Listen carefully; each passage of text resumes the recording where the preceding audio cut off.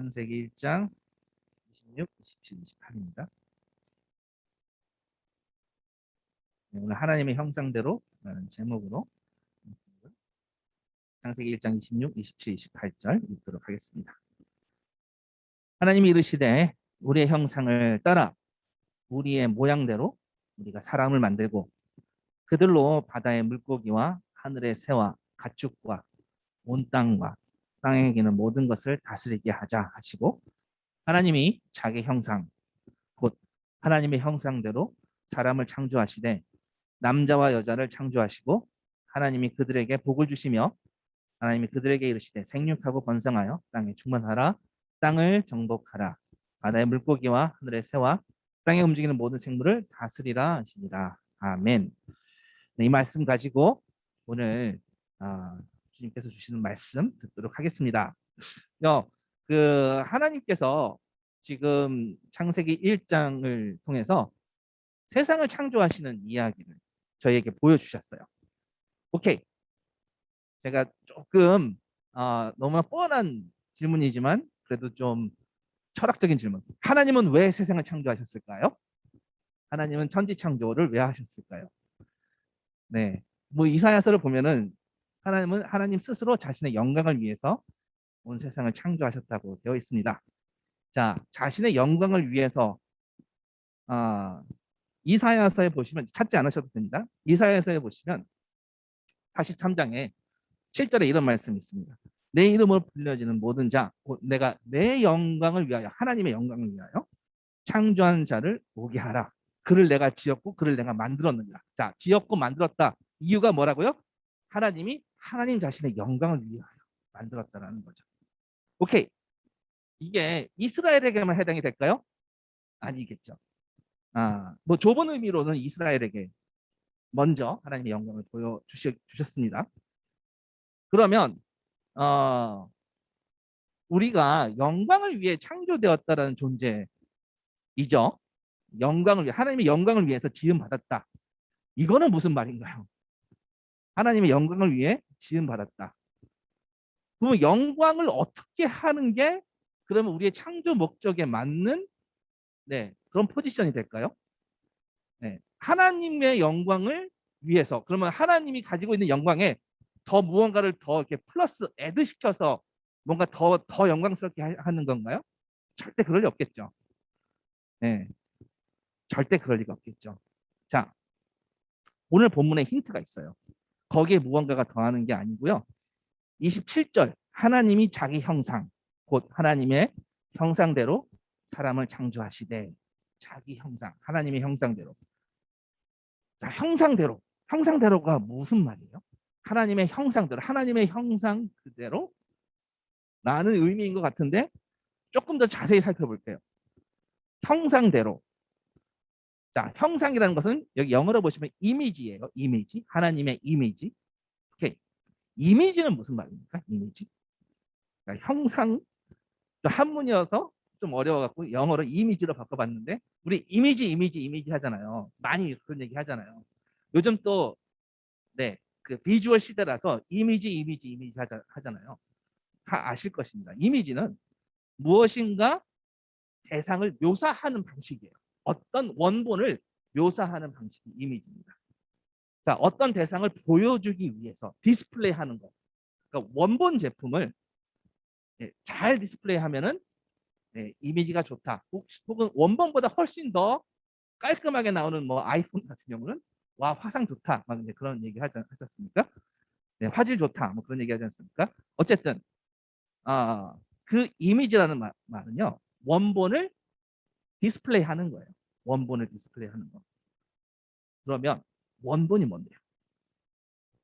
원본이 하나님의 그러니까 하나님이라는 본질을 디스플레이하는 게 영광이라는 거예요.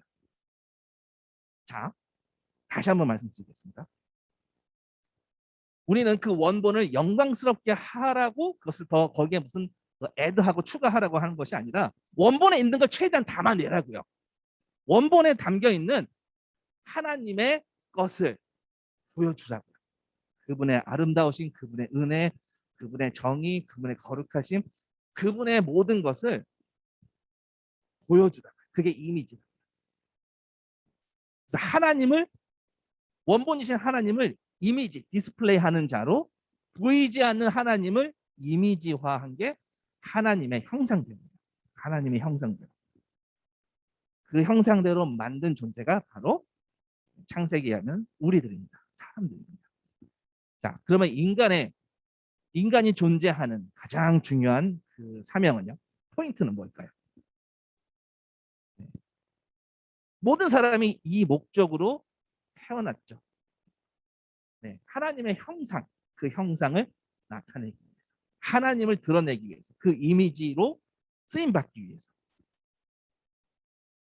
다시 질문합니다. 그러면 사람의 창조 목적은 하나님의 영광을 위해서였는데 다시 한번 질문합니다. 뭐예요? 그러면 하나님의 영광을 위해서가 결국 하나님을 낳다. 하나님을 보이지 않는 하나님을 이미지, 우리가 그 이미지가 돼서 나타내는 겁니다. 그래서 그 존재를 보고 아, 하나님이라는 원본은 이런 분이시겠구나. 아, 그분의 영광은 이런 거구나. 네. 그래서 사람은 하나님의 영광의 뭐예요? 카피본. 카피본입니다. 근데 그 카피본이 사실 이제 죄로 물들었기 때문에 우리는 사실 망친 스스로가 망친 자입니다. 어쨌든 자, 원본을 담는 상징 그 이미지가 바로 사람의 모습이죠. 사실 사람만 해당되는 건 아니에요. 이사야서에 보면은 찾지 않으셔도 됩니다. 6장 3절에 만군의 여호와여 그의 영광이 온 땅에 충만하도다. 온 피조 세계 무슨 얘기예요? 온 피조 세계가 존재하는 이유는 하나님의 영광이 디스플레이 되는 것이 그게 원래 목적과 의도라는 거예요. 그게 하나님 뜻이라는 거예요.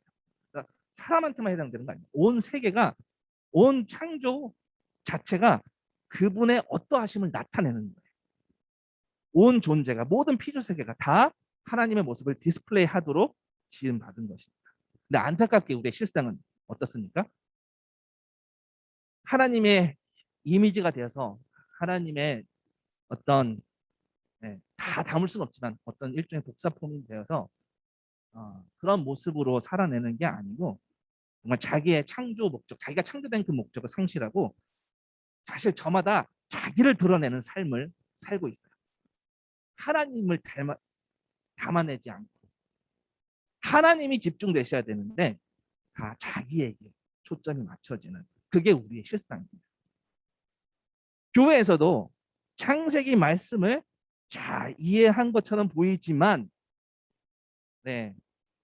그 중심에 하나님이 안 보인다면 바로 창세기를 바로 본 게 아니죠. 제가 태초 먹거리라는 그런 기독교 방송에 있는 프로그램을 한번 봤었는데요. 본문이 이제 창세기였습니다.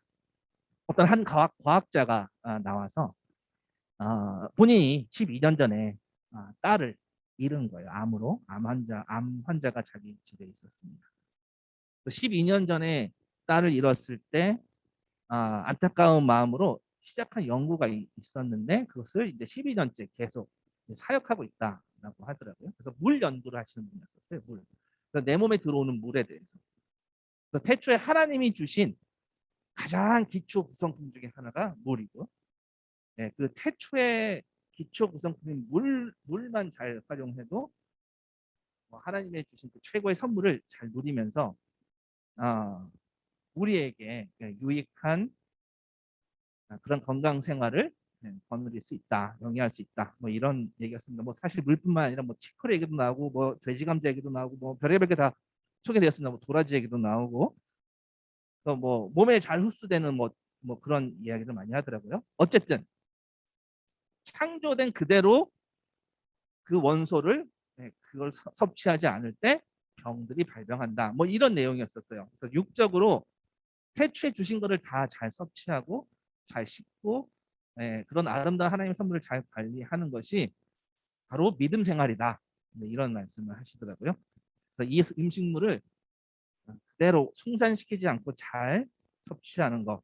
근데 아쉬운 거는 말씀드리면서 참 아쉬운 거는 그런 창세기의 원형을 사모했고 그 창조 시대에 대한 그 순수성을 되찾으려고 하는 그 노력은 가상한데 그건 하나님을 드러내는 것이 아니라 건강 문제가 메인 포인트였었어요. 창세기를 보면서 하나님이 드러나지 않는다면 하나님의 형상대로 하나님의 창조 목적이 드러나지 않는 거죠.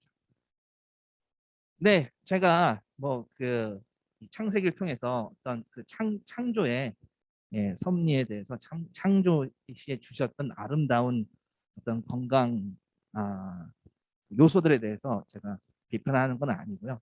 그런 거 알아가는 것도 좋은데 이게 결국 하나님의 영광을 드러내는 신비이구나. 와, 주님 하고 감탄하면 좋겠다 싶은 거죠. 뭐 한편으로는 맞는 듯 하나 온전하지가 않습니다. 이런 이야기는. 왜냐하면 창조 이야기의 주인공은 바로 하나님이시기 때문이죠.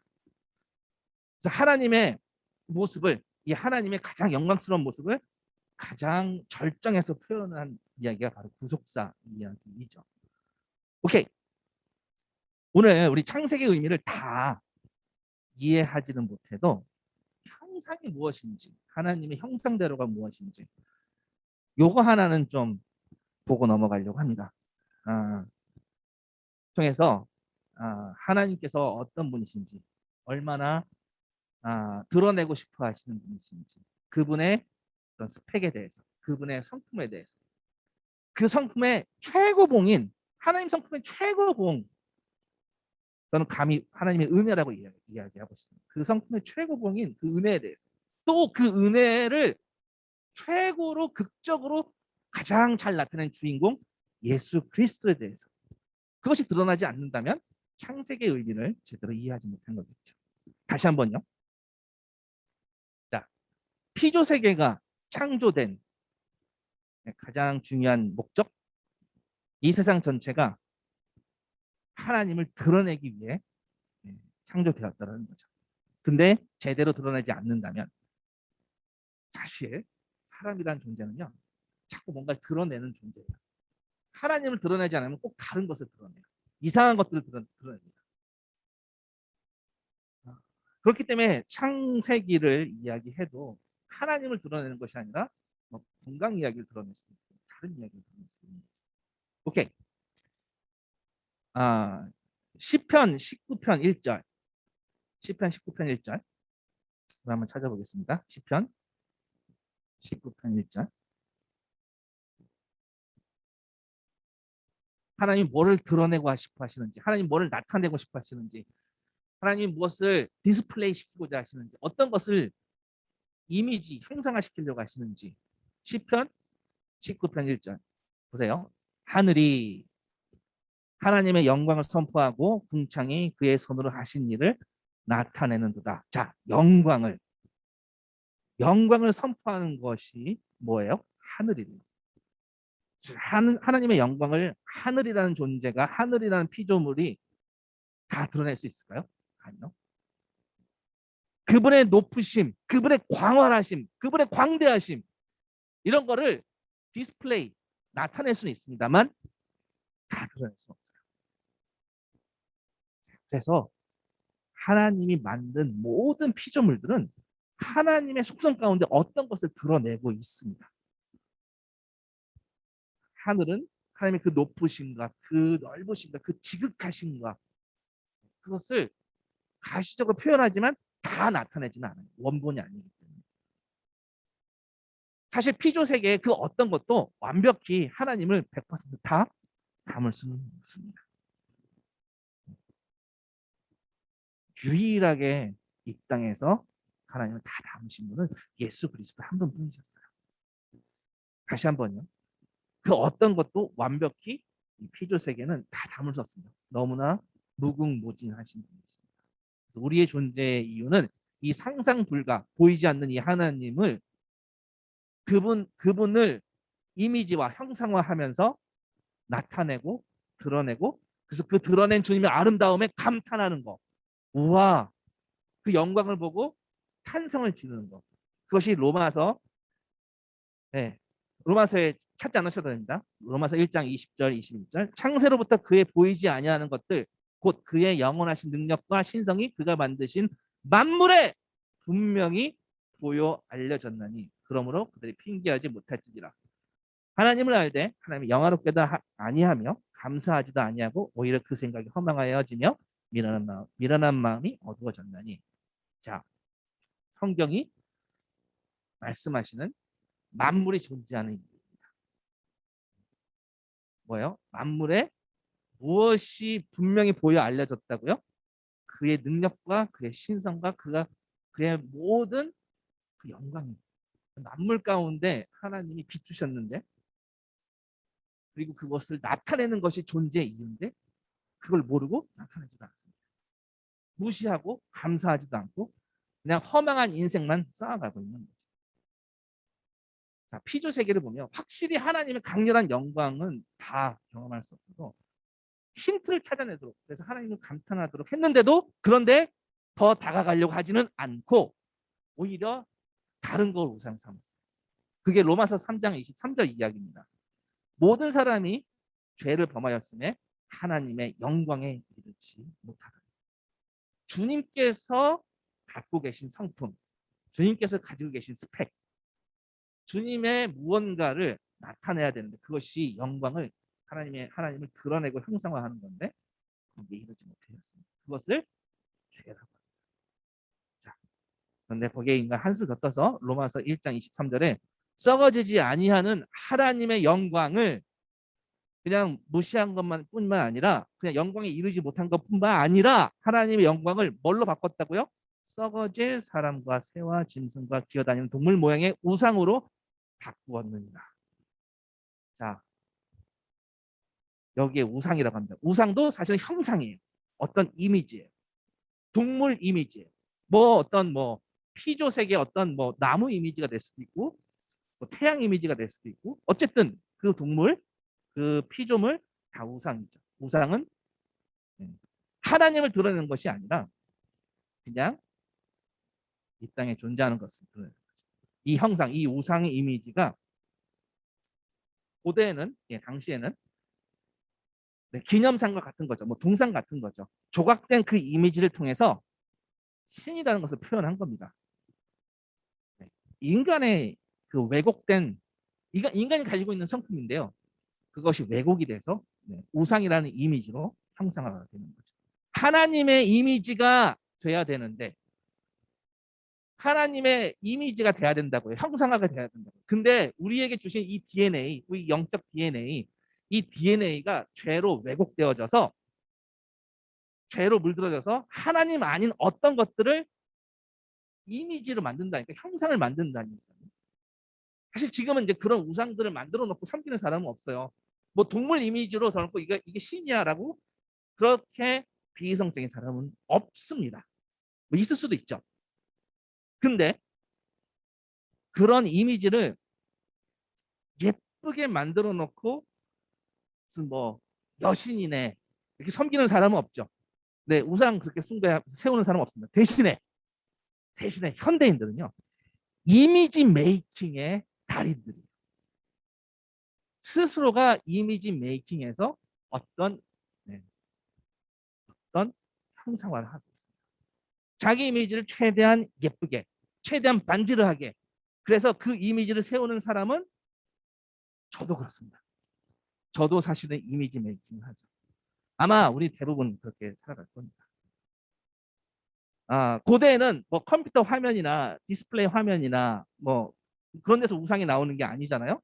근데 요즘은 그냥 자기 주머니에서 스마트폰만 꺼내도 이미지를 최대한 예쁘게, 최대한 반지를, 그 이미지를 통해서 결국 하나님을 드러내는 게 아니라면 그것은 하나님의 우상이라고 합니다. 다른 이미지라고 합니다. 자, 아무튼 다시 처음의 질문. 하나님이 왜 천지를 창조하셨다고요? 성경 전체를 통해서 보자면 우리가 좀 전에 이렇게 찾아봤습니다. 하나님 스스로 하나님의 영광을 위해서, 당신의 무언가를 나타내고 드러내 보이시기 위해서 사람과 다른 피조물들을 만들었다. 그 하나님을 이미지화한 게 바로 사람의 창조이었습니다. 그럼 우리의 존재 이유, 당연히 그분의 영광을 표현하는 존재가 되는 것입니다. 하나님이 왜 이렇게 영광을 표현하시는 분인가? 어떤 분이신가? 아, 찾아보시지 않았습니까? 이사야서 42장에 나는 여호와이니 이는 내 이름이다. 나는 내 영광을 다른 자에게 내 찬송을 우상에게 주지 아니하리라. 주지 아니하리라.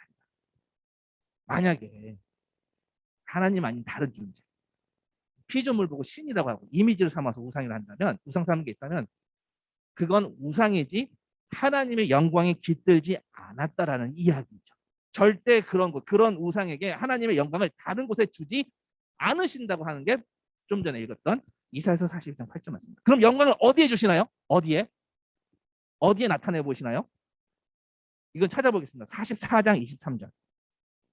이사야서 44장 23절.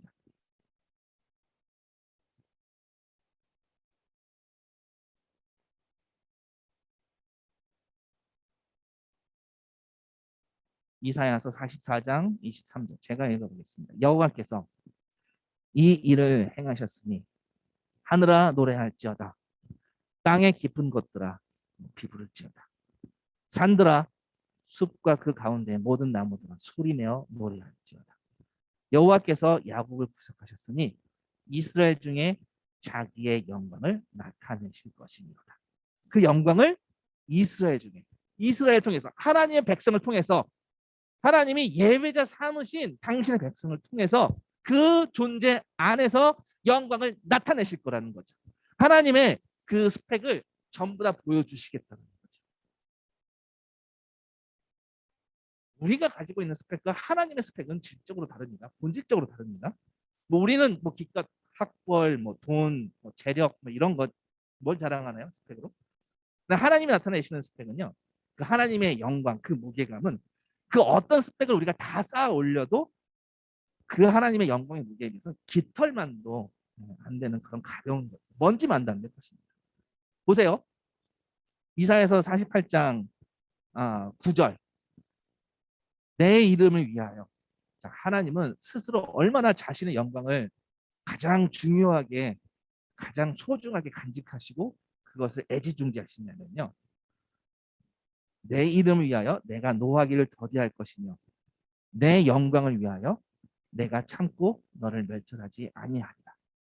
보라, 내가 너를 연단하였으나 은처럼 하지 아니하고 너를 고난의 풀무불에서 택하였노라. 나는 나를 위하여 이를 이룰 것이라. 어찌 내 이름을 욕되게 하며 내 영광을 다른 자에게 주지 아니하리라. 주님 철저히 이거 보십시오. 주님은 철저히 당신의 영광을 위하여 일하십니다. 우리 가끔 신앙 고백하면서 나를 위해 구원하신 주님 그 일에 대해서 찬양하고 찬송하지 않습니까? 그래서 십자가 사랑을 치고 이야기하는데 맞는 말입니다. 맞는 말입니다. 근데 거기보다 좀 더 나아가셨으면 좋겠어요. 그것만 보면 하나님께서 말씀하신 온전한 그림에서 조금 모자란 볼 수 있습니다. 온전한 그림은요, 철저히 그게 하나님의 거룩한 이름을 지키시기 위해서 하나님이 스스로 하나님을 위하셨기 때문에 이스라엘을 살리셨다는 거예요. 거기까지 나가지 않으면 온전하지가 않는데요. 온전한 그림은 철저히 그게 하나님이 자신의 거룩한 이름을 지키고 스스로가 하나님을 지키신 일이라는 거. 여기까지 나가셨으면 좋겠습니다. 철저히 하나님 자신의 이름을 위하여 하신다. 포기하지 않았어요. 절대. 창세 이래로 창세 전부터 하나님은 이것만큼은 절대 포기하지 않으셨어요. 다 내어줘도 하나님의 영광만큼은 절대 포기하지 않으셨어요. 단 한순간도 멈추지 않고 최선으로 하시는 일이 영광을 발하시고 드러내시고 피조 세계에 자신의 영광을 디스플레이 하시도록 이미지 시키도록 형상하도록 그렇게 만드십니다. 바로 이스라엘 의 신부들 우리에게 그래서 말도 안 되는 영광을 심어주십니다. 우리를 위해서요? 맞는 말이고 대답은 yes and no에 맞다고 틀리다. 왜죠? 하나님 당신을 위해서 하십니다. 우리를 구원하심도 하나님 자신의 영광을 위해서 하신 거예요. 우리를 도우시는 것도 하나님 자신의 영광을 위함이에요.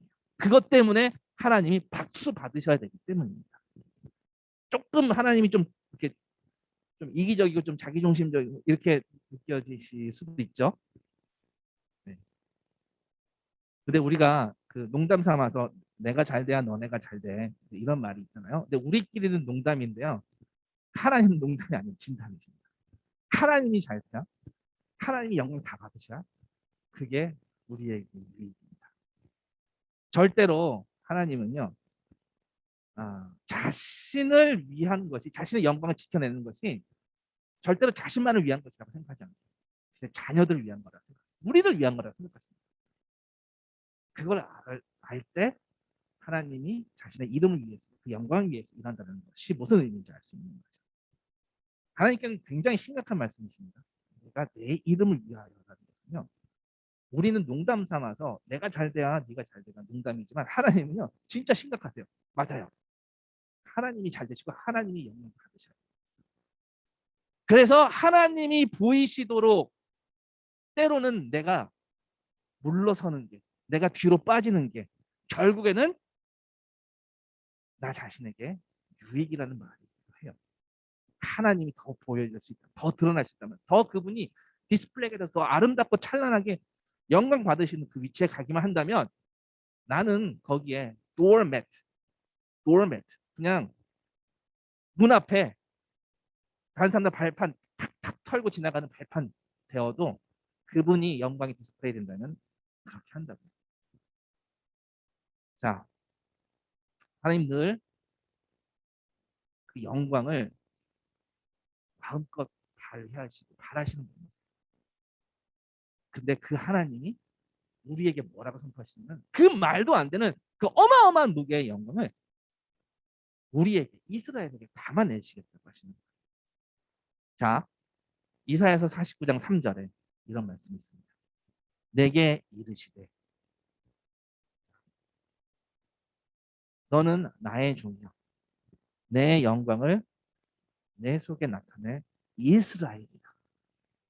이스라엘이다. 그 말도 안 되는 그 영광을 하나님은 이스라엘 담아내시려고 합니다. 60장에도 찾지 않으셔도 됩니다. 이사야서 60장 2절에도 보라 어둠이 땅을 덮을 것이며 캄캄함이 만민을 가리려니와 오직 여호와께서 내 위에 임하실 것이며 그의 영광이 내 위에 upon you. 네. 하나님이 영광의 발사체가 되다. 61장 3절에도 시온에서 슬퍼하는 자에게 화관을 주어 그 죄를 대신하며 기쁨의 기름으로 그 슬픔을 대신하며 찬송의 옷으로 그 근심 대신하시고 그들이 의에 남은 곧 여기를 집중하십시오. 여호와께서 심으신 그 영광을 나타낼지라. 여호와께서 심으신 이스라엘 가운데 심으신 그 영광을 디스플레이 나타내십니다.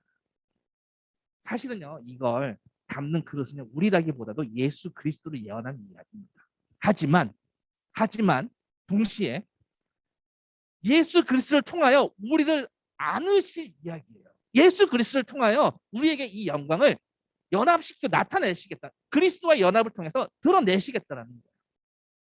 그리스도와의 연합 가운데 하나님이 그 그리스도에게 드러내시던 그 영광을 동일한 영광을 마구 나타내시겠다는 하나님 쪽에서의 결정입니다. 이분이 바로 우리 하나님이세요. 이 말도 안 되는 영광을 우리 같은 것들을 통해서 드러내시겠다는 거예요. 여기에는 예수 그리스도가 계셨기 때문입니다. 모든 열방에 하나님의 것이라고 선포된 그래서 하나님의 영광을 담아내기로 한 하나님의 결정은 우리를 보고 가신 게 아니에요. 그건 하나님 쪽에 자신감이 있어요. 하나님 쪽에. 왜요? 예수 그리스도가 계셨기 때문입니다. 자, 우리 창세기로 다시 돌아오겠습니다. 창세기 1장. 하나님을 하나님의 형상으로는요. 하나님을 우리가 무언가 더해서 영광스럽게 만든다는 것이 절대 아니고요. 무언가를 더해드리는 게 아니고요. 이 말씀은 그 하나님을 반사하라는 거죠. 디스플레이하라는 거죠. 하나님의 그 존귀함에 맞는 존재가 되는 겁니다. 근데 그건 우리의 힘으로 될 수가 없어요. 그래서 우리는 이 이야기가 선포하는 그 지점에 우리가 다다를 수 없는 그 현실까지 함께 봐야 됩니다. 하나님께 관심 집중시킬 수 있는 그런 시선을 사로잡아서 그 시선을 하나님께 이끌고 가는 거, 그게 우리의 전 존재를 통해서 나타내야 되는 거예요. 다시 모든 시선을 잡아 끌어서 어디로요? 하나님께 이끌고 가는 거. 그것이 존재의 이유라고요. 모든 피조세계 존재의 이유. 시선을 잡아서 우리의 전 존재가 주님의 영광을 드러내는 거죠. 그 영광을 감탄하는 거죠. 하나님께 우리가 뭔가 더할 수 없기 때문에 우리는 그냥 있는 그대로 하나님의 그 완전하심 선포된 그대로 그냥 보이는 거예요. 디스플레이 하는 거예요. 뭔가 부족하신 분이 아니잖아요. 우리의 도움이 필요하신가요? 절대요. 하나님의 형상 이렇게 정리했으면 좋겠습니다. 하나님의 영광을 드러내고, 그래서 그렇게 드러난 하나님의 영광을 더 갈망하고 그분의 아름다움을 더 감탄하고, 이게 주님께 영광 돌리는 삶입니다. 바울이 이 부분을 빌립보서 1장 20절에 뭐라고 했냐면, 아무 일에든지 부끄러워하지 아니하고 지금도 전과 같이 온전히 담대하여 살든지 죽든지 내 몸에서 뭐가? 그리스도가. 자, 하나님의 영광을 드러내는 삶을 바울이 뭘로 요약했냐면요, 내 몸에서 뭐가? 그리스도가 존귀하게 되게 하려. 그리스도가 존귀하게. 그래서 존귀하게 된다라는 말이 좀 해석이 좀 애매한데, 그리스도가 잘 보이게끔 한다는 얘기예요. 매그니파이 한다는 얘기예요. 이게 바울이 말한 영광을 돌리는 삶이었습니다. 여러분 주변의 가족들, 여러분 주변의 친구들, 여러분의 있는 주변 사람들, 그 사람들에게 여러분이 어떤 사명을 갖고 있어요? 이 오늘 살펴본 말씀에 의하면 지금 바울은요, 그리스도가 매그니파이, 보여지게끔, 더 확장되어지게끔, 더 나타내지게끔. 그래서 그리스도의 이미지, 바로 하나님의 완벽한 형상이신 그리스도의 그 이미지가 바로 드러나는 삶입니다. 나의 무언가가 드러나는 삶입니다. 주님의 영광의 결정체이신 그리스도가. 그렇기 때문에 우리의 삶 가운데서 우리의 말이 주님을 드러내는 말이 될 수도 있고, 또 우리의 가치관이 바뀌기도 하고, 그리고 예전엔 희생하지 않았는데 희생할 수도 있고요. 드러내지 않고, 나를 드러내지 않고 하나님을 드러내기 위해서 내 자신이 깎여져 나갈 수도 있고, 예전에는 나를 드러내려고 했던 강렬한 존재였었는데 이제는 주님만이 전부입니다. 나는 낮아지고 예수가 높아지고 드러나는 점. 이게 바로 하나님의 형상대로예요. 하나님의 형상대로. 어느 곳에서든지, 여러분 직장이든지, 여러분의 가정이든지, 여러분이 속한 어디든지, 학교든지, 온 피조 세계에서 형상대로 사는 삶, 뭐라고요? 그리스도의 이미지가, 그리스도가 존귀하게 됩니다. 이런 이유에서 우리는요, 주님께 따라가는 삶을 좀 주변에 형상화하고 이미지하고 나타내는 것, 그것이 필요해요. 주님이 가신 길을 따라간다라는 그 입술의 선포가 조금이라도 삶에서 그리스도의 모습으로 드러나는 것라고 생각합니다. 창세기에 나오는 그 모든 피조물들 다 한 목적으로 창조되었습니다. 바로 주님의 영광을 드러내는 것입니다. 그것이 만물이 존재하는 이유고요. 바로 하나님의 영광을 위해서, 이걸 알면 사실 다 아는 거예요. 근데 우리가 성경에 모든 배경 지식을 다 몰라도, 신학적인 지식이 없어도 그냥 얄팍한 지식만 있어도 한 가지 붙잡으면 괜찮습니다. 뭐라고요? 모든 것이 다 하나님의 영광을 위해서 그분을 나타내기 위한 거예요. 근데 만약에 성경을 해박하게 다 볼 수 있어도 그걸 통해 주님이 아니라 내가 드러난다면, 사람이 드러난다면 차라리 모르는 게 나아요. 뛰어난 위대한 신학자라도 어떤 교리의 대가라 할지라도 거기서 하나님이 드러나기보다 그 대가가, 그 사람이 아름다워 보였지만 사실 모든 걸 잃은 거예요. 존재 이유가 없어진 거예요. 사명을 잃어버린 거예요. 그건 하나님의 형상대로 존재하는 게 아닙니다. 다시 한번요. 하나님의 형상은요, 뭐예요? 그분이 드러나는 거예요. 성경의 가장 첫 번째 책, 첫 번째 장에서 사실은 저는 어떤 절정의 외침이라고 생각합니다. 우리의 형상을 따라, 형상을 따라.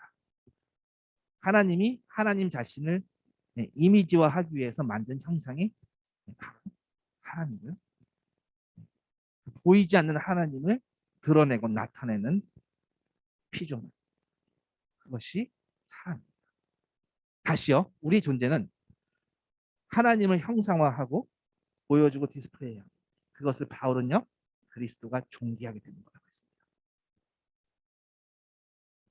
이 창세기 말씀, 뭐 우리의 형상을 따라 그 뒤에 있는 구절들이 또 여러 개가 있어요. 창세기 5장 3절도 있고, 그거는 이따가 성경 공부 시간에 좀 이어나가도록 하겠습니다. 그냥 바울 이야기만 한두 가지 더 하고 마치겠습니다. 바울이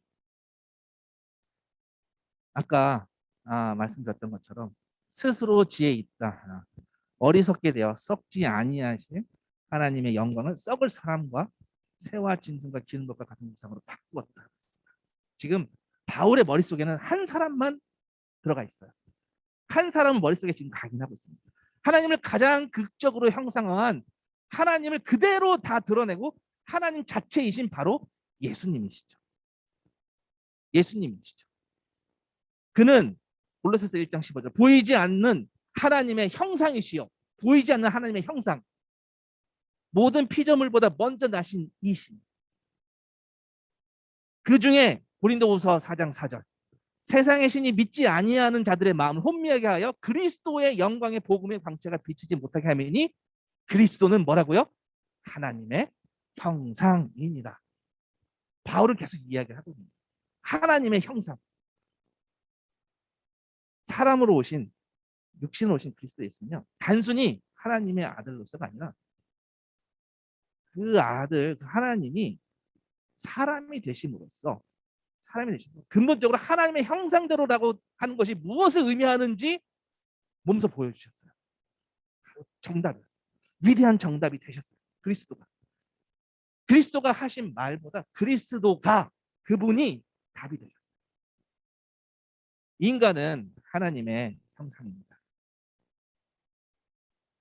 창세기 보면은 족보들이 나오죠. 아담의 족보, 셋의 족보, 노아의 족보, 네, 쭉 나옵니다.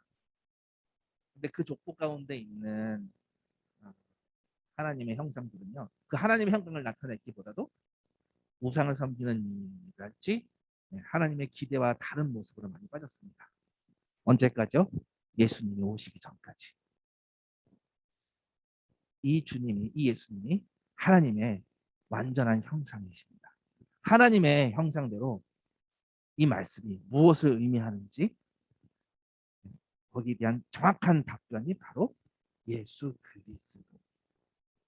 그리고 이 하나님의 형상이신 예수님은요, 하나님 아버지의 그 영광을 위해 완벽하게 사셨을 뿐만 아니라 아버지의 영광을 돌리기 위해서 자신이 스스로 흠없는 그런 제물이 돼서 모든 순종을 완벽하게 바치셨어요. 요한복음 하나만 찾아볼게요. 요한복음 12장.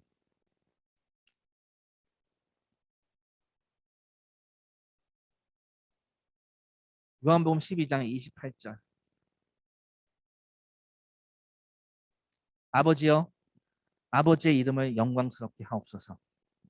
지금 예수 그리스도의 존재 이유에 대해서 얘기하시죠. 그리고 우리 모든 인류의 존재 이유에 대해서 아버지의 이름이 영광스럽게. 이에 하늘의 소리가 나서 이르되 내가 이미 영광스럽게 하였고 또 다시 영광스럽게 하리라. 이 일은 바로 십자가에서 일어났습니다.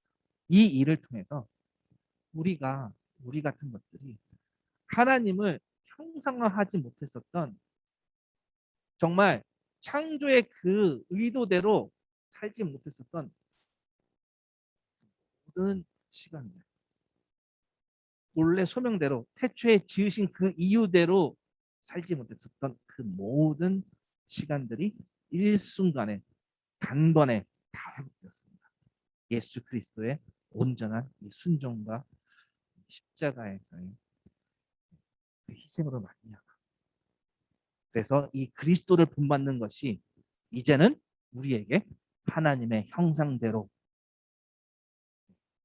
바로 재창조된 새 이스라엘의 존재 이유가 됩니다. 그것이 우리의 현재 삶입니다.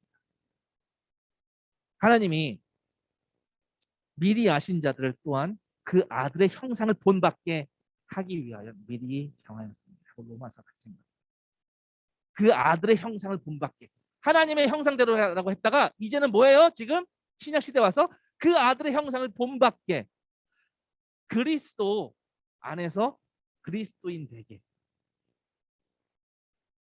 점점 더 그리스도를 닮아감에 따라서 그것이 하나님께 영광을 드리고 하나님 형상대로 사는 삶입니다. 그리스도를 닮아 하나님의 형상으로 다시 회복되는 겁니다. 우리가 흙에 속한 자의 형상을 입은 것 같이, 고린도전서 15장 49절에 흙에 속한 자는 아담이죠. 또한 하늘에 속한 이의 형상을 입으리라. 그리스도의 형상을 입으리라. 무슨 말이에요? 가장 탁월하신 하나님의 형상이신 예수님을 믿음으로 바라봄으로써 우리는 예수님에게 붙어있는 그 놀라운 하나님의 그 이미지, 그와 같은 형상으로 변화되어 영광에서 영광에 이르게 된다는, 너무나 감사한 말이지 않습니까? 그와 같은 형상으로 변화하여, 고린도후서 3장 18절, 영광에서 영광에 이르니 곧 주의 영으로, 성령으로 말미암습니다. 성령의 능력으로 새롭게 태어나게 하십니다. 창조하신 이의 형상을 따라 골로새서 3장 10절에 새 사람을 입었으니 이는 자기를 창조하신 이의 형상을 따라 지시기까지 새롭게 하시는 자입니다. 말씀 마칩니다. 하나님은요, 태초에 여러 가지 피조물들을 창조하셨습니다. 빛이 있으라. 그 빛은요, 하나님의 성품 중에 어떤 특정한 부분을 보여주는 피조물이었습니다. 이 창조 스토리의 가장 절정은 우리 사람을 만들기였습니다. 왜냐하면 사람을 통해서 하나님은 많은 계획을 갖고 계셨어요. 하나님을 전인격적으로 표현하기 위해서 사람을 지으셨다. 그것을 절정해서 극적으로 하나님의 형상을 빵 나타내신 분이 사실 아담이 아니라, 실패한 아담이 아니라 바로 예수 그리스도십니다. 그런데 역으로 어떻게 거슬러 올라갔더니 이 여자의 후손을 통해서 이제 모두가 그리스도를 믿음으로 받아들인 모두가, 하나님의 선물인 믿음으로 받아들인 모두가 바로 하나님의 형상이 되는 것입니다. 그래서 그분 안에서 우리의 모든 전 인격이 다 회복되어지고 하나님을 가시적으로 드러내고 형상화하도록 재창조된 그리스도 안에서, 창조보다 재창조가 저는 더 중요하다고 믿습니다. 뭐 다른 설교 시간에 한번 다시 할게요. 길어집니다. 하나님을 더 하나님 되게 만드는 스펙이 바로 그리스도를 통한 재창조이기 때문입니다. 죄 가운데 그 지배 안에 있었던 우리가 회복되어서 어떤 망침에도 반드시 원래 형상대로 돌아가게끔 만드는 하나님의 재창조. 잠시 기도하시겠습니다.